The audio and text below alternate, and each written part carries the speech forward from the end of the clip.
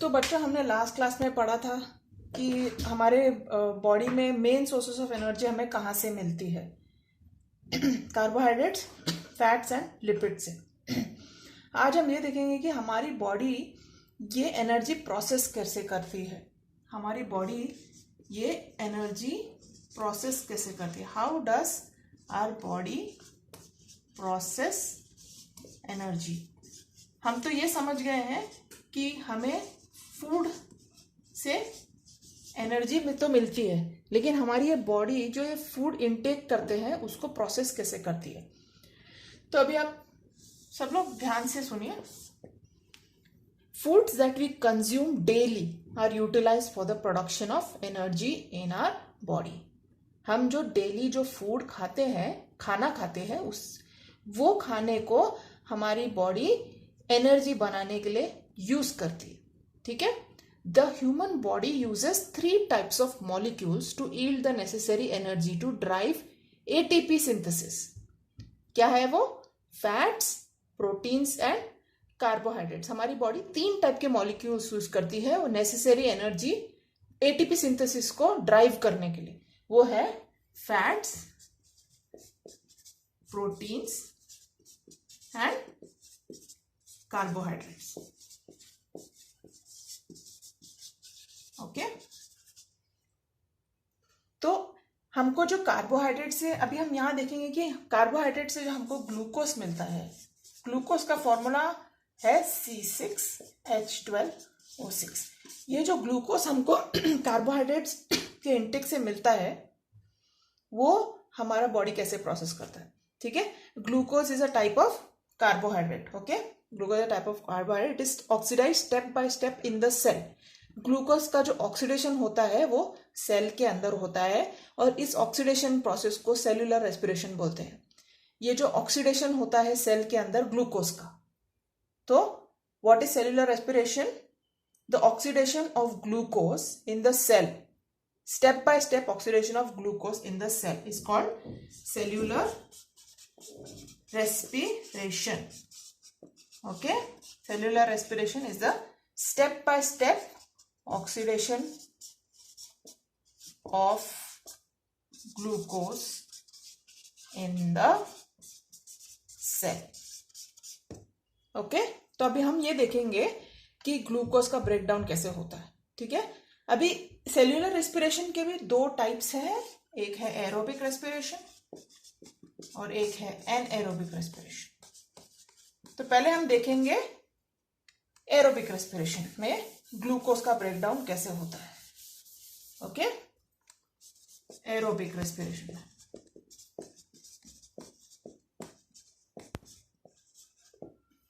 ठीक है, ग्लूकोज का ऑक्सीडेशन 3 स्टेप में होता है। Glucose is oxidized in the body in 3 steps. 1 is glycolysis, second is tricarboxylic acid cycle. Tricarboxylic acid cycle, इसको सिट्रिक एसिड साइकिल भी बोलते हैं और क्रेब्स साइकिल भी बोलते हैं। और थर्ड है electron transfer chain reaction. Electron transfer chain reaction. By the way glycolysis को ईएमपी पाथवे भी बोलते हैं। ये जब हम पढ़ेंगे ग्लाइकोलिसिस का प्रोसेस तब मैं बताऊंगी ईएमपी पाथवे क्या है। ओके। तो अभी हम फर्स्ट पढ़ेंगे ग्लाइकोलिसिस। ये ग्लाइकोलिसिस होता कैसे है। तो glycolysis occurs in the cytoplasm. Cytoplasm cell के अंदर होता है। मैंने कहा था ये जो अगर सेल है और ये तुम्हारा न्यूक्लियस है तो साइटोप्लाज्म ये है तुम्हारा साइटोप्लाज्म, ये है तुम्हारा न्यूक्लियस। ओके। तो ग्लाइकोलिसिस किधर होता है? ये एरिया में, साइटोप्लाज्म। इस एरिया में ग्लाइकोलिसिस होता है। ओके। और ये ग्लाइकोलिसिस का डिस्कवरी किया था गस्टव एम्डेन, ऑटो मायरहॉफ एंड जेकब पार्नास। ओके, ये जो 3 साइंटिस्ट थे, इनका जो सरनेम है उससे ईएमपी पाथवे, इसको एक दूसरा नाम दिया गया उनके ऑनर में, ठीक है। एम्डेन, मायरहॉफ, पार्नास पाथवे, ठीक है, शॉर्ट में बोलते हैं ईएमपी पाथवे। तो ग्लाइकोलिसिस को डिस्कवर किसने किया था? एम्डेन, मायरहॉफ, पार्नास, ये 3 साइंटिस्ट थे। इन लोगों ने ये प्रोसेस को डिस्कवर किया था, जिसकी वजह से इनको इवन नोबेल प्राइज दिया गया था इन 1953, ठीक है। ओके, ओके, ये जो ग्लाइकोलिसिस का प्रोसेस था, गस्टव एम्डेन, मायरहॉफ एंड पार्नास ने डिस्कवर किया था अपने कलीग्स के साथ, और इसकी वजह से ये जो ग्लाइकोलिसिस का प्रोसेस उनके ऑनर में ये प्रोसेस को नाम दिया गया ईएमपी पाथवे। ओके, जो क्रेब्स साइकिल है, क्रेब्स साइकिल को जिसने डिस्कवर किया था उसका नाम था हैंस क्रेब, और उसको नोबेल प्राइज मिला था क्रेब्स साइकिल डिस्कवर करने के लिए। इनको नहीं, क्रेब्स साइकिल वाले को नोबेल प्राइज दिया गया था। तो अभी हम देखते हैं कि ऑक्सीडेशन सेल के अंदर होता कैसे है, हाँ, ठीक है। Why does it occur? It occurs in the cytoplasm of the cell. The oxidation of one molecule of glucose forms 2 molecules each of pyruvic acid. अब ये जो ग्लूकोज का एक मॉलिक्यूल ऑक्सीडाइज होता है तो क्या होता है, हम वो देखते हैं। जब ये ग्लूकोज का एक मॉलिक्यूल अगर जब ऑक्सीडाइज हो गया तो इससे हमको क्या मिलता है, हाँ, इससे हमको मिलता है 2 molecules of ATP, 2 molecules of pyruvic acid, 2 molecules of NADH2 and 2 molecules of water। ये हमको मिलता है ग्लूकोज के ऑक्सीडेशन से इन द साइटोप्लाज्म। ऑक्सीडेशन क्या है? Oxidation is the process in which a chemical substance changes because of the addition of oxygen. जब एक केमिकल सब्सटेंस चेंज होता है ऑक्सीजन के एडिशन के वजह से, उसको ऑक्सीडेशन बोला जाता है, ठीक है। तो अभी इस ग्लूकोज में जब ऑक्सीजन ऐड किया जा रहा है तो उसको ऑक्सीडेशन बोलते हैं। इसलिए बोल रहे हैं कि the oxidation of 1 molecule of glucose से हमको ये 4 डिफरेंट प्रोडक्ट्स मिल रहे हैं, 2 ATP, 2 पायरुविक एसिड, 2 NADH2 और 2 H2O। अभी ये जो पायरुविक एसिड है, हमको ये ऑक्सीडेशन में ये जो मिल गए, उसमें से जो पायरुविक एसिड है उसका फर्दर ब्रेकडाउन होता है। उसमें हमको क्या मिलता है, पायरुविक एसिड के फर्दर प्रोसेस होने के बाद उसमें से the pyruvic acid molecules are converted into molecules of acetyl coenzyme A. Okay, क्या होता है?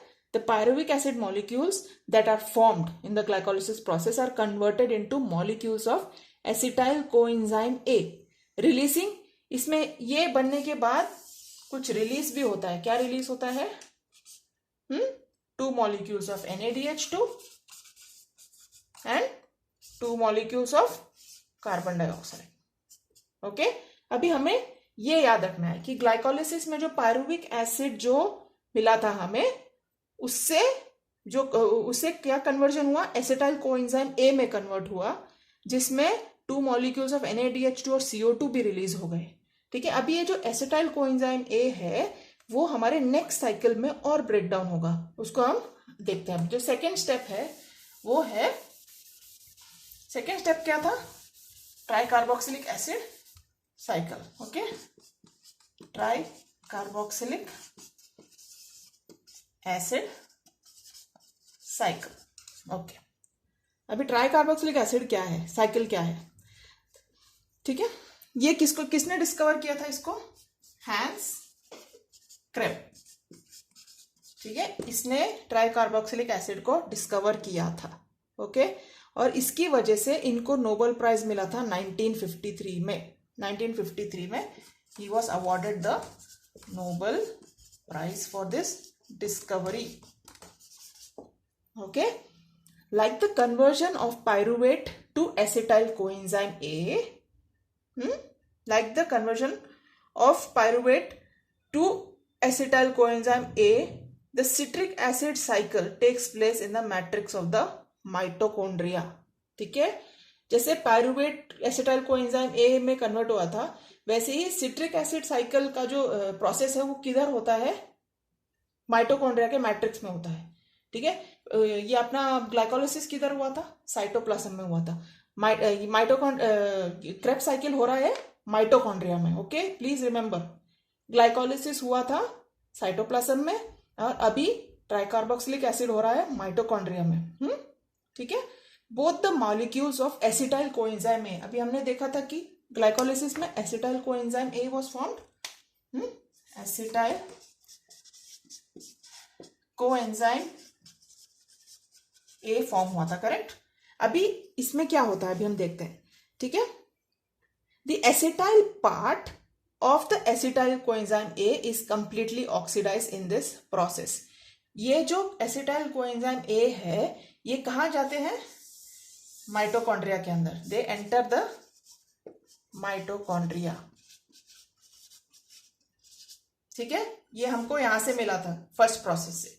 अब ये एसिटाइल कोएंजाइम ये जो है अभी माइटोकॉन्ड्रिया में चला गया है।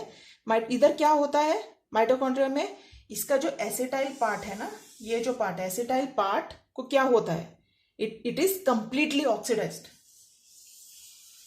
इसको साइकिल क्यों बोला जाता है, क्योंकि ये साइक्लिकल प्रोसेस है। ठीक है, इसलिए तो ये acetyl coenzyme A is, acetyl part is completely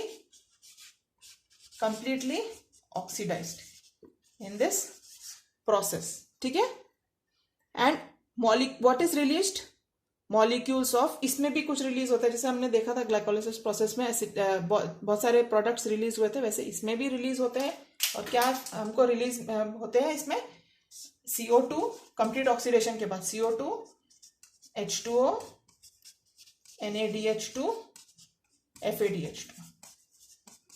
okay, तो एसिटाइल पार्ट का कंप्लीट ऑक्सीडेशन के बाद हमको CO2 H2O NaDH2 और FADH2 डिराइव होते हैं। ठीक है, तो फर्स्ट पार्ट में क्या हुआ था, ग्लाइकोलिसिस हुआ था। ग्लाइकोलिसिस में पायरुविक एसिड जो मिला था, पायरुविक एसिड यहाँ पर उसका ब्रेकडाउन हुआ था एसिटाइल कोएंजाइम ए में, और जो एसिटाइल कोएंजाइम ए वो ग्लाइकोलिसिस हुआ था साइटोप्लाज्म में।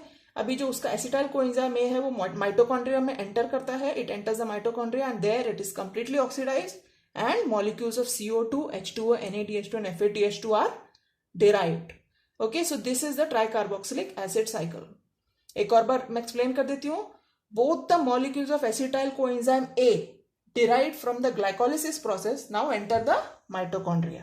फिर the acetyl part of the acetyl coenzyme A is completely oxidized, okay, in this cyclical process, and molecules of CO2 H2O NaDH2 and FADH2 are derived. Fine. अभी हम next देखते हैं कि ट्राइकार्बोक्सिलिक एसिड साइकिल हो गया, अभी second step हो गया। अभी थर्ड स्टेप क्या है, electron transfer chain reaction. Third step क्या था, इलेक्ट्रॉन ट्रांसफर चेन रिएक्शन, और ये भी किधर होता है, ये भी माइटोकॉन्ड्रिया में होता है। ठीक है, ग्लाइकोलिसिस साइटोप्लाज्म में हुआ था, ट्राइकार्बोक्सिलिक एसिड माइटोकॉन्ड्रिया में हुआ था। अभी electron transfer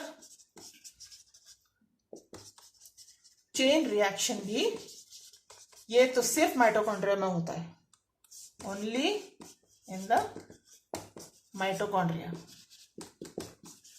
okay, the above processes कौन से हैं, अभी दो प्रोसेसेस क्या होके गए, ग्लाइकोलिसिस एंड क्रेब्स साइकिल।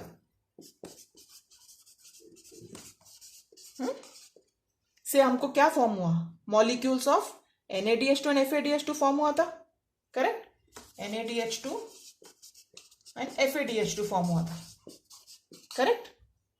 तो अभी ये NaDH2 and FADH2 electron transfer chain reaction में पार्टिसिपेट करते हैं। देखा आपने, ग्लाइकोलिसिस से जो पायरुविक एसिड मिला था उसे एसिटाइल कोएंजाइम ए मिला था, एसिटाइल कोएंजाइम ए ने माइटोकॉन्ड्रिया में जाके जो हमको NaDH2 FADH2 डिराइव हुआ था वो अभी इलेक्ट्रॉन ट्रांसफर चेन रिएक्शन में पार्टिसिपेट करते हैं।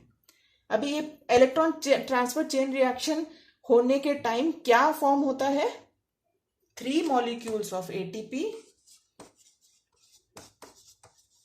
3 molecules of ATP form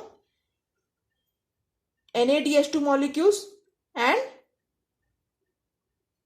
3 molecules of ATP from each NADH2 molecule and 2 molecules of ATP from each FADH2 molecules. FADH2 molecules दोनों में से हमको ATP molecule मिलते हैं. FADH2 से हमको मिलते हैं 2 molecules of ATP and NADH2 से हमको मिलते हैं 3 molecules of